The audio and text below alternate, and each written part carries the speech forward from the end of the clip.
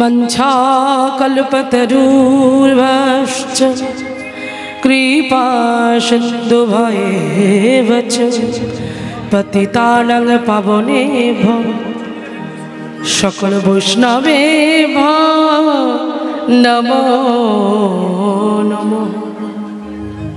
खूब खुशी হয়েছে আমি এই আসরে বৈশা যত কৃষ্ণ ভক্ত কৃষ্ণ ভক্ত সবাকার পদরেণু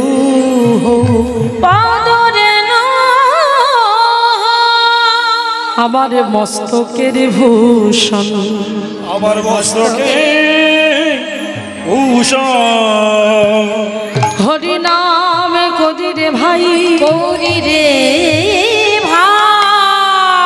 হরি নাম সংকীর্তন বদন ঘোরে হরি নিতাই গৌর যত ভক্ত হরে কৃষ্ণ হরি বল জয় রাধে জয় গৌর। আস্তে কথা নয় মায়েরা, সমবেত দূরাগত নিকটস্থ, আস্তে কথা বললে কিছু বুঝতে পারবেন না। খুব সুন্দর পরিবেশ, সেই পরিবেশটাকে আপনারা আরো সুন্দর করে তুলতে পারেন। নীরবতা পালন করতে হবে একটু সবাইকে, একটু চেপে চেপে বসুন মায়েরা, সবাইকে একটু জায়গা করে দিন। গেটের সামনে দাঁড়িয়ে গেটটাকে জাম করছে, এদিকে অনেক জায়গা পড়ে আছে, এই সাইডে অনেকটা। দাদা ভাইরা একটু লক্ষ্য করুন, এদিকে একটু চেপে চেপে আসতে বলুন, এই সাইডটা আবার ওদিকে গেলে দেখতে পাবে না। হরি বল রাধে, কেউ কথা বলবেন না। হরে কৃষ্ণ। সমবেত দূরাগত নিকটস্থ যে সকল সাধু গুরু বৈষ্ণব আমার গৌর হরির কৃপাধন্য কৃপাধন্যা পরম বৈষ্ণব মণ্ডলীগণ, আজকে আপনাদের সকলার শ্রী রাতুলডাঙ্গা চরণে রইল এই কীর্তন জগতের অতি কনিষ্ঠা কীর্তনিয়া, কৃষ্ণ প্রেমহীনা, কৃষ্ণ ভক্তিহীনা, কৃষ্ণ মাধুর্যহীনা কীর্তনিয়া সুভদ্রা দাস মণ্ডল ও আমার এই ক্ষুদ্র সম্প্রদায়ের তরফ থেকে আপনাদের সকলার শ্রী রাতুলডাঙ্গা চরণে রইল আমার ভুল লণ্ঠিত দণ্ডবৎ প্রণাম।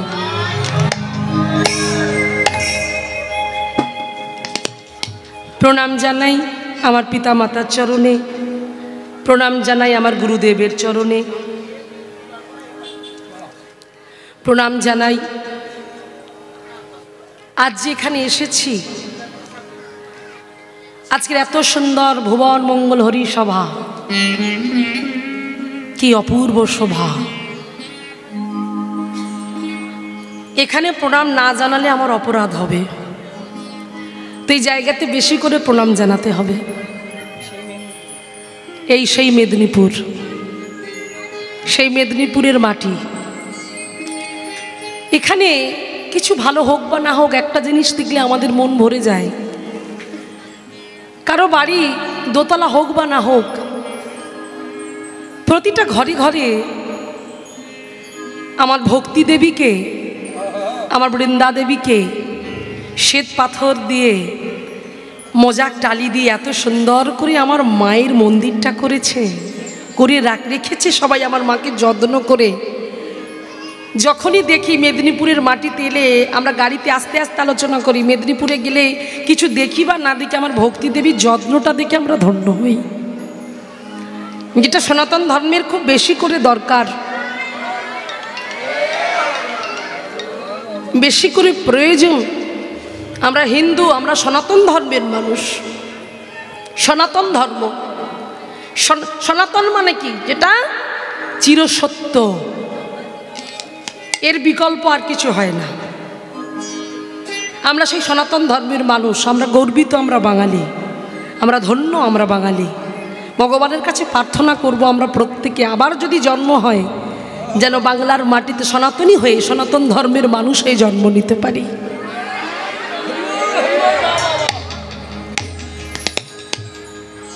এখানে আমরা পেয়েছি আমাদের ভগবানকে, আমাদের প্রাণের প্রাণকে।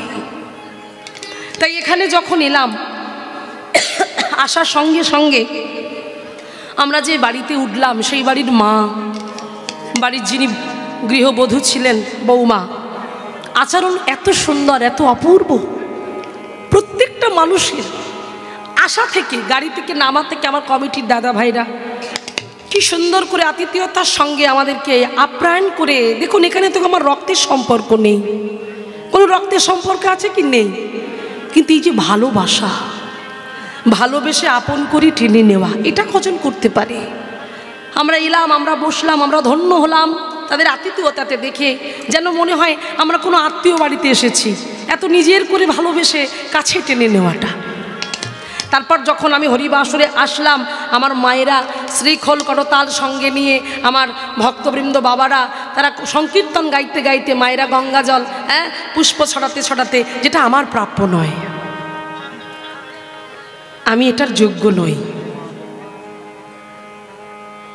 তো আমি ভগবানকে তখনই বলছিলাম, হে দয়াল হরি, গুরুদেবকে জানাচ্ছিলাম, আমার গুরুদেব অষ্টতর শত শ্রীমৎ ভক্তি সুন্দর গোস্বামী মহারাজ, আমি গৌড়ীয় বাগবাজার মঠের আশ্রয় গ্রহণ করেছি। তো দেখুন আমি গুরুদেবকে প্রণাম জানালাম, গুরুদেবকে দিয়ে দিলাম যে গুরুদেব এটা আমার প্রাপ্য নয়, এটা তোমার, তুমি শুধু কৃপা করো,